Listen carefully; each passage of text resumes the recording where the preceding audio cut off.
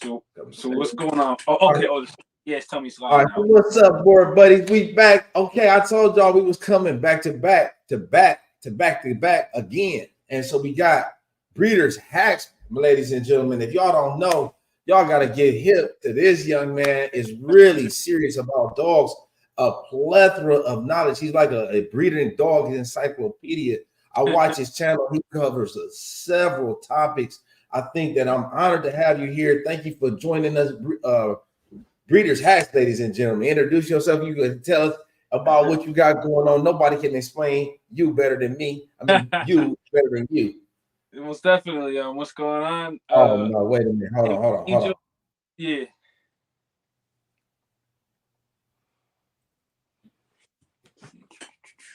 Go ahead. I got you now. Okay. Reintroduce myself. Yeah, go ahead. All right. So what's going on? My name is Angel. For those that mostly know me as the educator, the scientist, Mr. Double Muscle Line Bulls, aka Breeders Hacks. I take information that I've learned over the past decade of dog breeding, and I share it with you guys on YouTube, Instagram, stuff like that. And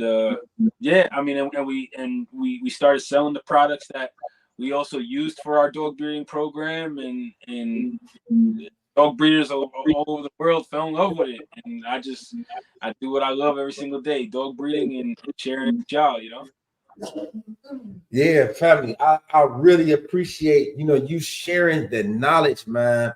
That's so big for me. A big thing, passing on the information to the next generation, arming people with knowledge, giving them tools that they can use to better themselves, better their situation, better their community, treat their dogs better, provide the better care for their dogs. It's all about elevation with me. So I really appreciate what you do here at Exotic Boerboel family. Thank you, man. Yeah, and even the information that I put out, like, it's not just for breeders. I mean, the average pet owner could have learned a thing or two, and apply that to even just giving a better quality of life for their dogs. So that's what it's all about at the end of the day is creating better dogs and giving them the best quality of life. Right. They deserve it. I mean, because at the end of the day, my dogs give me their all every single chance that I get. Yes. You know what I'm saying? They all they do. And so that's why I would like to. I'm happy that you joined, because we can set the platform, set the stage for the people that's joining and learning about the Boerboels coming over from the bully community. Yeah. I know it's a lot of interest there, and you have already kind of like began to blaze the trail in terms of doing some introductory research. But first, tell us a little bit about the bullies and the history of the bully breed for those that don't know. Yeah, so I mean, the bullies, like, it's crazy because when I got into the bullies, it was like, people still really consider them pit bulls and things like that. There was this confusion. What was this new dog that was everybody, was let me rephrase, not everybody, but a select few people would see, and it was like a pit bull on steroids, and I'm talking about many years ago. Fast forward to today, where now the pit bull that was on steroid has became its own breed, with multiple variations of that breed, stemming to having, you have your classic American bullies, which, I mean, the breed really originated from, they say it was from, a pit bull mixed with Staffordshire Terriers. And then later down the line, there was like bulldogs and certain things that was implemented into the breed to give you more exotic variations of the breed. But basically, this breed, like I said, it started with essentially what they say is Staffordshire and pit bull terriers, and then it just kind of branched out from there. So we have classics, we have standards, we have pockets, we have XLs, we have exotics. Like, just that comes off the top of my head, there's 5 different variations of the same breed, and it's an awesome breed, and there's so many people that have gotten into it, and it, for me, seeing the breed for the first time, it kind of just took my breath away. I was in love with the dogs, and I've been breeding them ever since. Yeah, and I feel like they got so much in common with the Boerboel. Like you said, they got the muscular build. Yeah, for sure. I'm sorry, not to cut you off. Like, No, you good. I agree 100%. Like, and that's what, like, as we've, talked off camera, I've shown a lot of interest in the Boerboel. I've been wanting to acquire one and eventually breed them as well. On the side, as well as my bullies. The thing with the Boerboel is what gravitates somebody like me towards it is the amount of substance that the dog has. Once you start getting to that 150, 180, 200-pound frame, you usually get very lanky dogs, like Great Danes and things like that. But the Boerboel, what makes it a real a dog that someone like myself and many bully enthusiasts like about that particular dog is, out of all the Molosser type breeds that at least I've seen, it's the one that has like the most substance and in my opinion a lot of like the wow factor. Right. That's for sure. That's a great point. And I think that's what draws us all to the breed. I mean, it's impressive. Yes. When you see a real true Boerboel, yeah, they take your breath away. Yeah, and that's what got us into breeding. Like, when you think of it from its essence, that's what got a lot of the bully breeders into breeding bullies, is because originally a lot of us were pit bull breeders. We were breeding game dogs and very, very lean, shredded up pit bulls. And we crossed over to bullies because of the fact that we liked that more substance, that more girth, that more bone, that more more of a substance of a dog, a more visually impressive and wow factor kind of dog. Originally, yet again, I mean, we were looking for more. It was more visual with those particular dogs. What I love about the Boerboel is it's not only visual, but it's also functional. They're very impressive to look at, but it's also like they will do what they were bred to do, their job work wise, So it's like I said, a bully enthusiast will easily fall in love with a dog like a Boerboel, for sure. Right. So I think that's good to highlight that fundamental difference, because the Boerboel does add that functional aspect. So that means that people have to be involved with this dog. Yep. They get stressed out. They have to have their basic dog needs met. You know what I'm saying? Like, and even to a higher level than your average dog, because like you said, there is so much substance there. So one of the things that I felt, one of the biggest things that attracted me to the Boerboel, it seems like it's the best of the game dog. You got your physique, you got your cuts.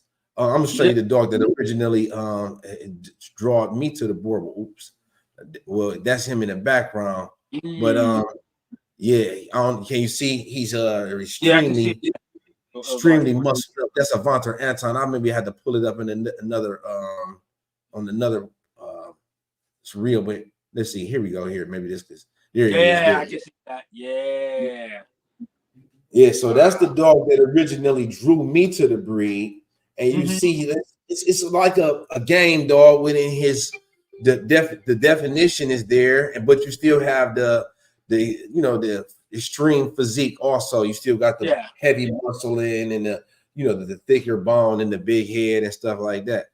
Exactly. So and I mean, it's like the thing for me is like, yet again, what I said, like, it's job, you know what I'm saying? So for example, with the bullies, we were breeding them to have more, to look very impressive, but we wanted to take the gameness out of the dogs. We didn't want the dogs to be, super aggressive anymore like the pit bulls were.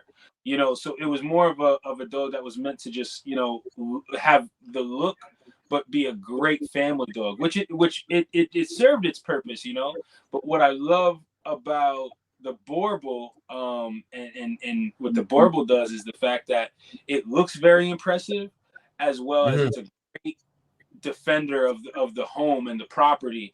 And that's one thing that even with the game dogs, that for me, I didn't get that like that same impression when versus the Boerboel. You know, the game dogs, they were more. I would find that most of the majority, not all, but majority were more dog aggressive versus when, like, say somebody would, you know, come to the property or whatever, they kind of would be like they were too people friendly. But what I like about the Boerboel is that they're smart and intelligent enough to say, okay, I can be people friendly, but at the same time, when the lights are off, the doors are closed, everybody's asleep. All right, I need to be alert and make sure that no one comes in and tries to harm my family. You know, and that's what I love about the Boerboel. Right. So definitely some functional aspects. Yes. So yeah, I that's something I think that people should understand too, coming into this Boerboel breed. Talk about that a little bit more for me in detail. The breed evolving, the bully evolving strictly as a pet for a desired look, because we Yeah. see our breed also shifting in the direction where we're going after the exaggerations. We're going for the extreme looks. And I think what happens when people lose sight of is dog traits are passed down in bunches. You don't just get one big head, you know what I mean, or big chest. Yeah. Big chest also is associated with stronger neck, strong, you know, or whatever. It's a class of traits that come. So talk about breeding a dog that is strictly as a pet, you know. Yeah, I mean it's just like you know, you're Like, looking how do you select for a dog that's strictly as a pet? Not to cut you off. say that last part again, I'm sorry. How would you select like your breeding criteria? So you're looking at this dog is going to be a pet, but I needed to fit into the person's life as far as aesthetically first, and or because there, or is it as a companionship factor? Talk about your selection process. With the bullies, especially like, and then yet again, you have to look at the variation that you're breeding. So there's different there's different breeds within the breed, if that makes sense. Like you got XL bullies, you got micro exotic bullies. You know, they're both considered bullies, but if you were to do a quick Google search, they look nothing alike practically. One is a 120-pound dog, the other one maybe a 30-pound dog, you know? So I can say like for the XL bullies, like for example, I know that they like them to be a little bit more for like home protection and things like that. So the criteria is going to be different, I guess is what I'm just trying to say. But for like the exotic bully, for example, where you're really just looking to produce a companion dog that has physical features that you're looking for, the criteria, yeah, is going to be way different than say like something like a Boerboel. You're not looking for, you know, the temperament features of a dog that uh, will be protecting the home and so on and so forth. What you're really looking for is just a dog that will fit really good in with a family. It's a little bit easier, but how do I put this? At the same time, it is a little difficult, right? Because you want to make sure that you don't have dogs that are aggressive. You don't want to be putting dogs that maybe are born that do come out, say, a little bit more that need a little bit more training. You still do have to pay mind to the temperament. You don't just throw the temperament completely out the window. But with a breed like the exotic bully, you really are looking at, okay, if the temperament's all right, then you're going based off of like the standard. It's a subjective breed, so you basically get to choose the standard, and then you breed to your standard. Essentially, that's what made the exotic bully so different versus other breeds go by a written standard, so they have to breed based off of the temperament that the standard entails, and then they have to breed physically to what the standard says as well. If that makes sense. Yeah, so I think y'all gonna really be excited when y'all come over here to the Boerboel community, because what you're gonna realize is you can tailor make your dog custom to exactly how you like. That's the stage of development our breed is in. And I think Got with you. your experience as a breeders, you know, the knowledge that y'all have of getting dogs concept to conceive, to whelp puppies, you know, the knowledge of the timing of the progesterone, it's going to be interesting to say the least. Yeah. So I wanted to, it was a couple points that you had made too. But I had wanted you to take a look at a dog you had made some really good points earlier when you were saying about how they can be, the dogs are customized and tailor made, and you got so many different styles and flavors. But I wanted to highlight the fact that they all are still the bully breed, right? Or wrong? Yeah, they're all considered. So even now, it gets even crazier. I just named 5 different, I guess you want to call it types or whatever, within the same breed, right? So XL, Pocket, Standard, Classic, Exotic. That's all within the same breed. Now, when you go into the exotics, for example, you could put 10 exotics in a lineup, and they would all look different. And it's because, like, what I call the exotic is a subjective breed, because there is no written standard. The breeder gets the creative freedom to make the dog look to a degree what's in here, the look that they're after and the look that they like. So it's a double-edged sword, because some breeds, they don't like that. They're like, we need to breed to this standard. We need to all agree this is what the ideal dog looks like, and we breed like this. Where other people that are breeders that are more like to have creative freedom, they like that. Hey, you know what? I can have this version of my dog. You can have this version of your dog, and we can still go to a show together. And hey, let the people decide what they like, and they can breed to what they like. So, some breeds think that it's a bad thing, that we're kind of the exotic bullies headed in a bad direction. But I think it's kind of freedom, and it's a nice thing that you can kind of have the freedom to create what you like and what you want, and as long as it's within reason, that the dog is still healthy and maintains its integrity. Because some of the dogs aren't. I mean, it's kind of cool that within the breed, everybody embraces, hey, like, you like a different look, I like a different look, but we can still, breed these dogs, and let the people decide what they want to breed to. So that's what made me like the exotic bully, because of that. There wasn't, because me as a breeder, I like to create things and kind of like push the boundaries a little bit. And I don't believe that there's a perfect dog. So I'm always trying to better whatever I'm doing. If something's already kind of to a degree perfect, then I don't really have interest in breeding it, because it's already it's already done. So for me as a creator, that's why I like the exotic bully, because I'm able to kind of push the boundaries, you know what I'm saying, as far as what I like. Right. Okay. Then that's what's up, man. That's a good explanation too. As Yeah. far as being able to create, because we are breeders, and you have a desired look, or whatever you feel like is valuable to you, you are able to reproduce it in your dog. Because your dog means so much to you. You love your dog, and you feel like this is the super cool dog that everybody should have, and it does so much for me and my family and my life. But if I can have it my way, I would like to see him a little bit more of this, a little bit less of that. And that's 100%. And what other breeds tend to forget is, like, every breed started somewhere. So somebody went along and, like, prime examples, took the Boerboel and said, you know what, I'm going to breed this dog to this dog to this dog to this dog, take them all together, blend them all together, and line breed it a little bit so that we have a consistent look. And now we're going to call it the Boerboel, and people at the time maybe criticized, but it's a very well established breed today, and it's only growing in popularity. So, I think every breed starts somewhere. So, like I said, that's why I like the exotic bully, because the creative freedom that's within it. So that's how I look at it. Yeah, and I think that you made a good point when you said, people had initially how the origins of the breed, right?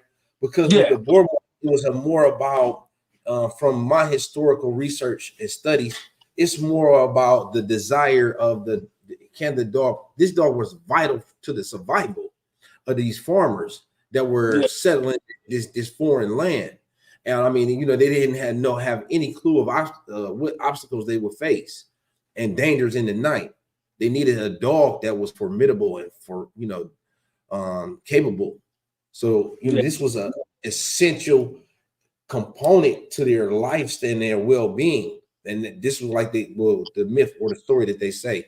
Okay. But I I can kind of imagine, how the breed evolved because when they settled, part of when they sailed the seven seas in the colonial days, they had dogs and they brought their dogs everywhere that they settled. Dogs Yeah, followed them.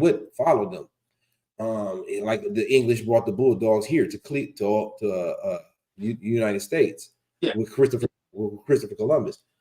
The Dutch traveled with their boars. That was their version of the dog of war, basically. yeah. And he converted it into a farm dog. But I guess we getting a little bit off before we go too far off. Got you. I like to just get into some basic foundational facts because I wanted to talk to you about some of the things that we seeing with the bullies. So one of the things that I thought was funny to me, and it was odd because I'm coming from a background of running dogs and taking dogs. I want to see a dog move around and huffing and puffing. That I Yeah. just it just grinds my gears and makes me does something for me. And to see a dog scratching and running and playing and stuff. So when I went to my first bully show, I noticed that they had a lot of the dogs riding around in the carts. You know what I'm saying? And Yeah. then really blew my mind when the dog overheated.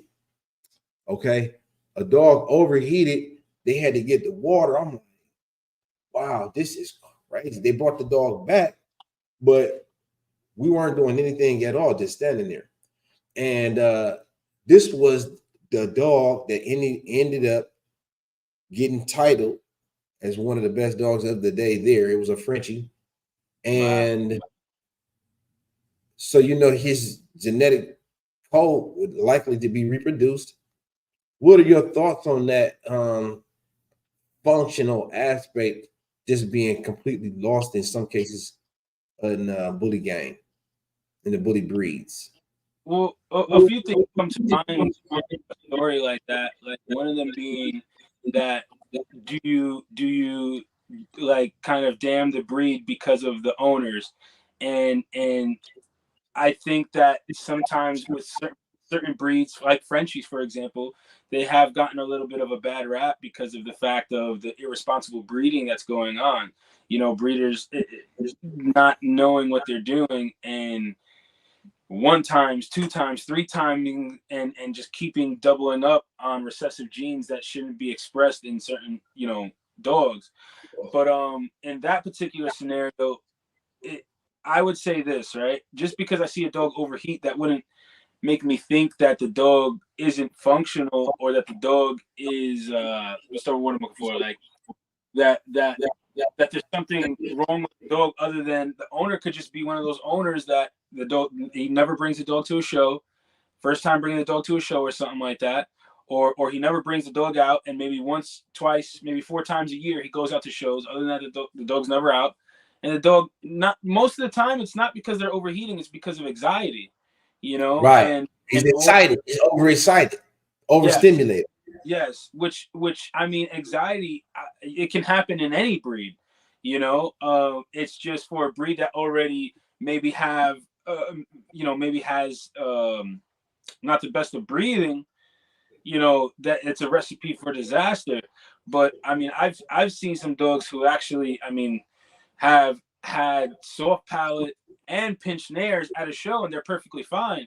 And it's really more so, like I said, so with seeing stuff like that, it made me say, you know what, is it really the breathing problem? I mean, obviously there is breathing problem, but is it more so that the breeders aren't being responsible enough to also get their dogs out there and get them acclimated to that type of environment? You know what I'm saying? Right, right. How Obviously much it's a is that? given. I guess what I'm saying, like it's a given that you should breed dogs that will not essentially over, I guess you could say, overheat. I don't know what like the environment was, but you would hope that, like I said, the environment isn't an environment that a dog could just easily overheat. But like I said, I guess what I'm just trying to say overall is, in my experience, most of the time it's anxiety. It's not actually that the dog's overheating because the dog can't sufficiently cool itself down. It's usually because the dog gets anxiety, it's freaking out, it's at a show, it's completely out of its element. It may be used to being indoors or at home or in a cage or whatever the case may be. The guy doesn't know any better, brings it to a show. The dog starts breathing heavy, starts freaking out, and then mix that with maybe the dog has soft palate or pinched nares, and then you got a real problem on your hands. So, yeah, like I said, everything is circumstantial. You know what I'm saying? And I think yet again, it all comes down to the breeder. I don't think it's so much the breed; it's more of the breeders. You know? Right, right. You definitely want to hold the breeders accountable. I mean, but Yeah. here, what I found was interesting too. I mean, who are we? Who is one to say what's right for me is wrong for you, and what's wrong for me is right for you? To each his Oh, man. own. I met a dog, and I want to show you this dog and have you take a look at this dog in Yeah. particular. This was a dog that I had met at the show, and this dog was it was a hairless. It was 30,000 too. It was a hairless And dog. it was a hairless Frenchie. Okay. Have you saw the hairless ones? I think I seen maybe one or two on the internet or something like that, but never in person. Yeah, the dog was a sight to see, to say the least. Wow. And it was something like very interesting to do. Was extremely happy with his dog, and to me, that's what matters the most. Because Yeah. at the end of the day, it's like your girlfriend. That's who you got to go home with. It don't Yeah. matter what nobody. Right? Exactly. So, I mean, dude, I will say this, right? I'm sorry not to cut you off. Like, there is certain things that, like, what I do like that you guys have in the Boerboel that I'm new to this because I didn't know that you guys did this is like I like your appraisal system. I think that's kind of cool, and I wish we had something similar to that with the bullies, where it's like, you know what, if you want to go out there and be studying your dog and so on and so forth, hey, go to some of the top bully breeders and have them rate your dog or something like that. You know what I'm saying? And so on and so forth. I think yeah, with the bully breeders and Frenchie breeders and so on and so forth, like I said, I think something like that would be very helpful. But yeah, like I said, I think the main one of the few reasons why I do breeders hacks was so that then I could help educate these breeders. So that then if I help educate the breeders, it helps elevate the breed. And that's what I'm all about. yeah, that's what's up, man. I That is so. realized that, yeah. I realized it wasn't it wasn't the dogs. The dogs weren't the problem. If you help educate the breeders, they will understand how to better breed their dogs, better etiquette, better practices, so that then they're creating better dogs. It starts with the breeder. So yeah, that's my opinion. And that's why I always go from a historical approach to dogs in general. Mm-hmm. Dogs breeding should be purposeful. Dog breeding should be designed with intent to solve for a solution. Yeah. That dog should fulfill a purpose in your life, and we're missing that. We should only be getting dogs to fulfill a function in our lives. I, You know what I I mean? I agree, and like it's tough because when I came up, that was definitely like the mantra. You know what I'm saying? But my mentor made a good analogy for me, and this is kind of how I look at it now. Is the fact that in society, maybe 100 years ago, we did need to have dogs that could pull carts, that can hunt hogs, and so on and so forth. And it's completely respectable to still have breeds like that to this day, to preserve. But we live in a day and age now where we live in inner cities. We don't have to hunt for our food, so on and so forth. So now we do deal in a society now where there is mental illnesses and other things that we didn't have 100 years ago. So now the need for a companion breed, a family dog, something that's just going to be there and be like emotional support is actually real now. So I think there can be dogs that fill that void, and that's their purpose. Right. The role of the dog has changed and evolved with society. And I think Yeah. that it's important for people to understand that. And then, I talk to people about that when they selecting their dog.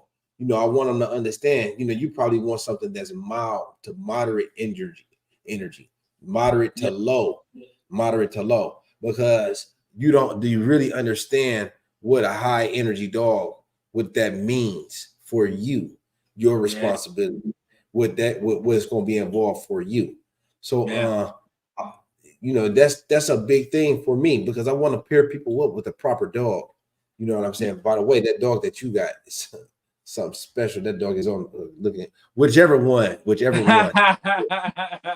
did a video. I did the video of Oh, them man. today. Yeah, they looking crazy. But look, I want you to take a look at this, because I want people to see. Because you know what, we got some people, readers, and I ain't singling nobody out, Yeah. but I want people to really understand the packaging of these traits, these exaggerations, and they come at a cost. They come Yeah. at a cost. You don't get extremes without tipping the scale on one direction or the other. You know what I'm saying?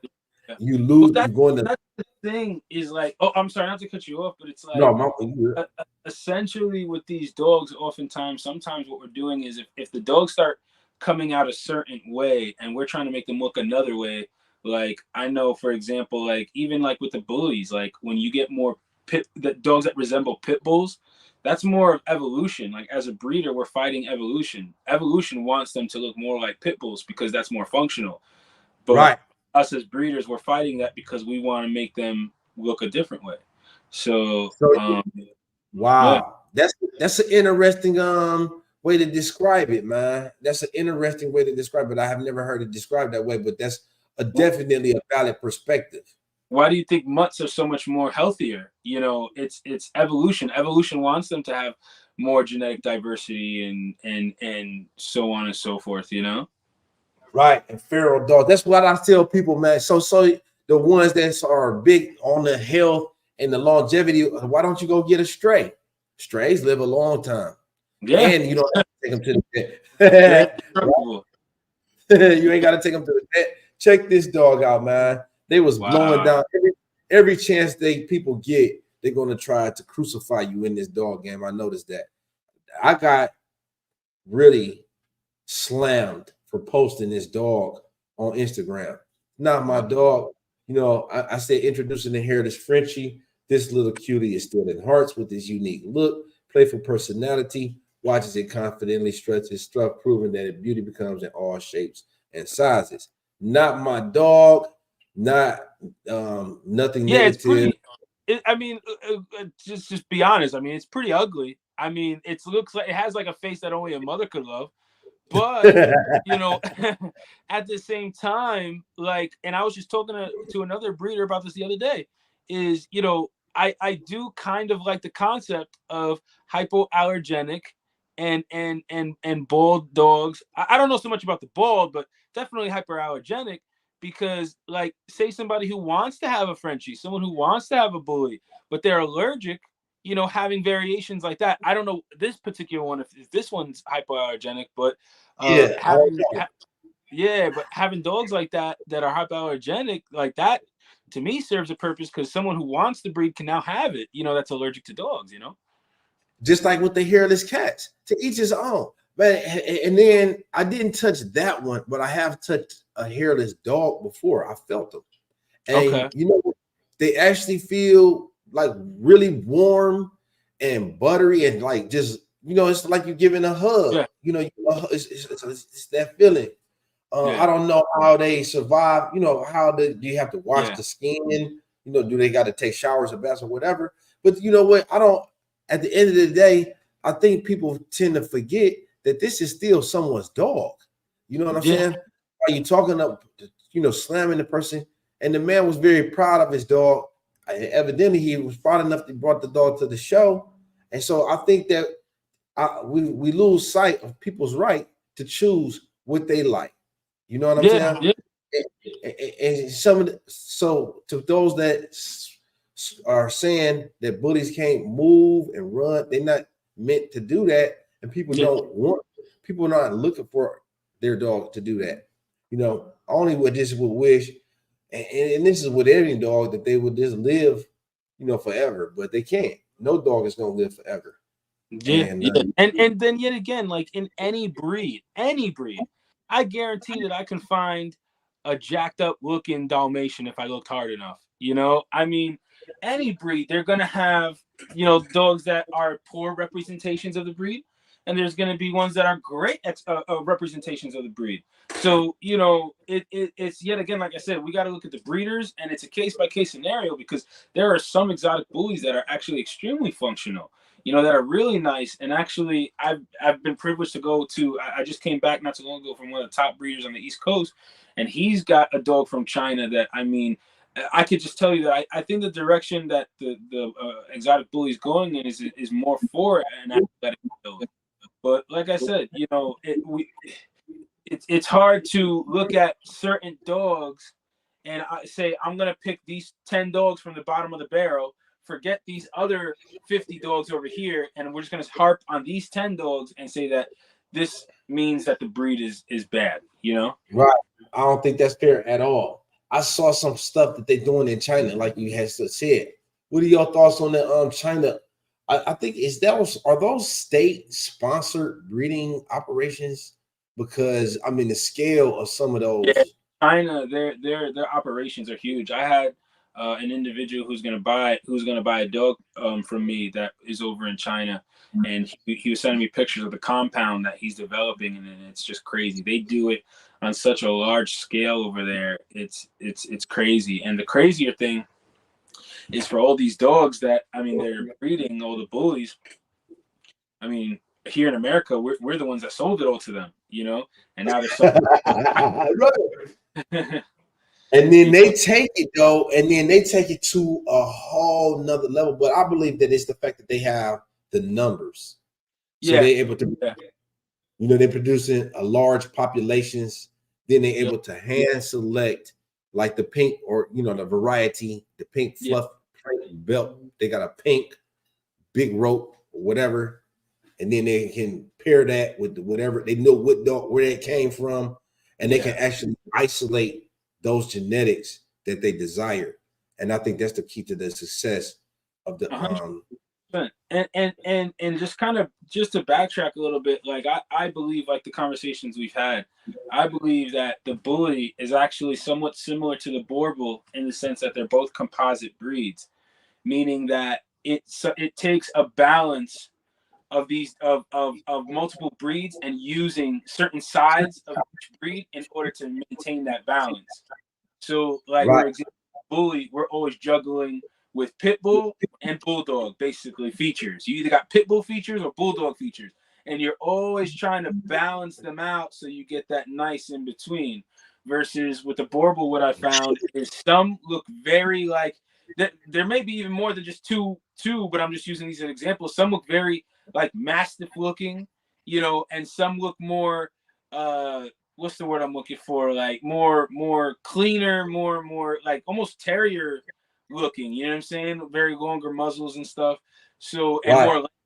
So you're always balance. You guys are always balancing, trying to same thing, get that nice in between where the dog doesn't look too, too thin and too. I guess you could say, I don't want to say athletic, but like too thin to where it doesn't look like a very impressive Boerboel that could fend off, lions and stuff like that. You know what I'm saying? Because right.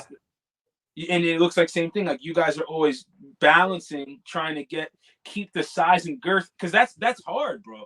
To keep that weight on the frames that you guys have and to make it still look very impressive, that's a very hard balancing act. Because naturally, what's going to happen is evolution wants those dogs to be either smaller, or evolution's going to make them want to be taller, like Great Danes. But to Yeah, carry the girth and mass on those frames is very hard. So that's why I say it's like a composite breed, because you guys are all you guys are same thing. You're doing that juggling act. yeah. It's refinement. It's refinement, and I think the traits and the characteristics that we all desire, they can be elusive. So guaranteed what you see is what you get when you're Yeah. talking about pairing. You know what I'm saying? So sometimes you're gonna get taller, smaller. Sometimes you're gonna get thicker, wider. You're Yeah. gonna get all the different varieties. The key is isolating that type that you desire. Yes. That, and then rolling with that Yeah, and that's refining. what I really like your program was because of the fact that like you found the blood that you liked and you said, okay, I'm gonna work kind of like around this blood, refine it, make it my own, and then try to create consistency. And that's where I see like a lot of, I mean, breeders in general that they don't have consistency. And coming into the Boerboel, it kind of had me discouraged because I saw that there was some, but there wasn't a lot of breeders who had consistency in their program. So me as a breeder who's been breeding for the past decade, I'm looking at some of these breedings that breeders are trying to like sell to me, and I'm like, man, I know I'm not going to get what I want. I don't even think I think the breeder doesn't even know what they're going to get, you know. And it just felt like it was going to be a crapshoot, you know. But luckily, there is breeders like yourself who know what they like, know what they want, and are just trying to create consistency around that. And that's huge, you know. And that's why yet again I went with you guys when it came to getting a dog, you know, getting a Boerboel from you guys, you know.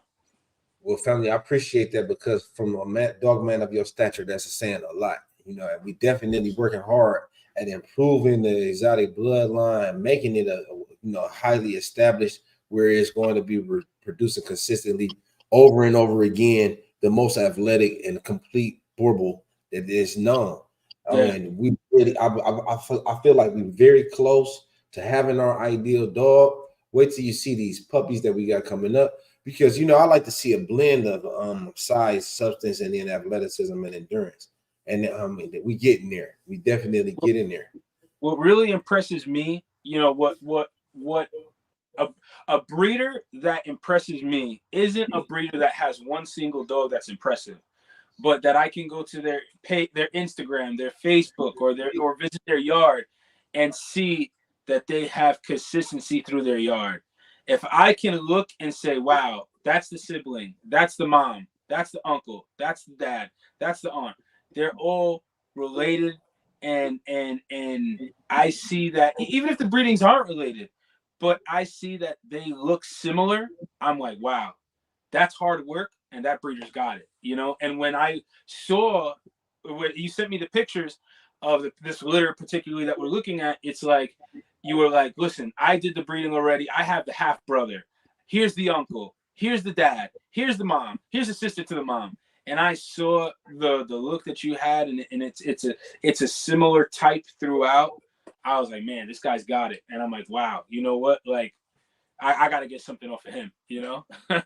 Oh, thanks, family. Hey, you would not be disappointed. You would not be disappointed. This, what we talking about, I'm gonna go live with those up next.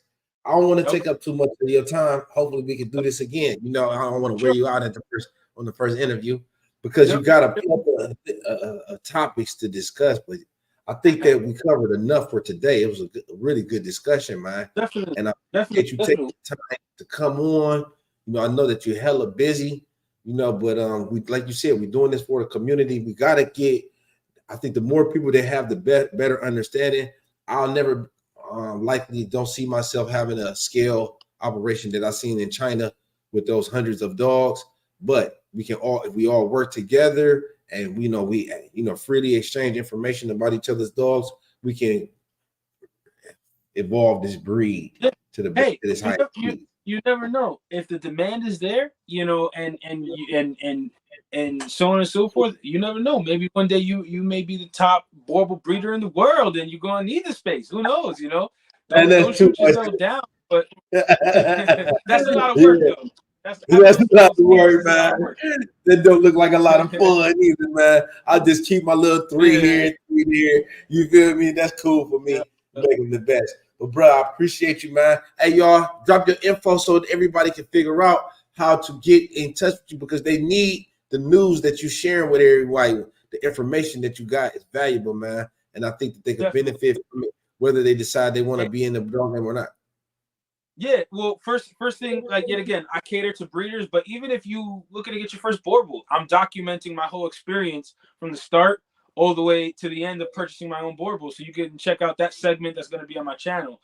So check us out, YouTube, Double Muscle Line Bulls. That's my kennel. Or you can just search Breeders Hacks. I'll pop up. I would say the website's the best place to check out, breedershacks.com. We sell all the products that we use, from stud supplements to prenatals to progesterone machines. The list goes on. For the novice breeder or the advanced breeder, we got something for all you guys. So breedershacks.com. I also have an information center where I take like all the dosages and charts and all the stuff that I read in books, and I put it there for you guys, so it's quick and easy to learn with the YouTube videos that are attached, because YouTube doesn't let me put all the stuff in there. So breedershacks.com, that's definitely what you want to check out. And then I'm also a lot of times on Instagram, Double Muscle Line Bulls. You can search Breeders Hacks as well. The two names will always pop up with each other. So that's pretty much it. All right. Oh yeah, we're gonna put the links in the description too, man, so everybody can make sure that they can find us, because it's valuable information, man.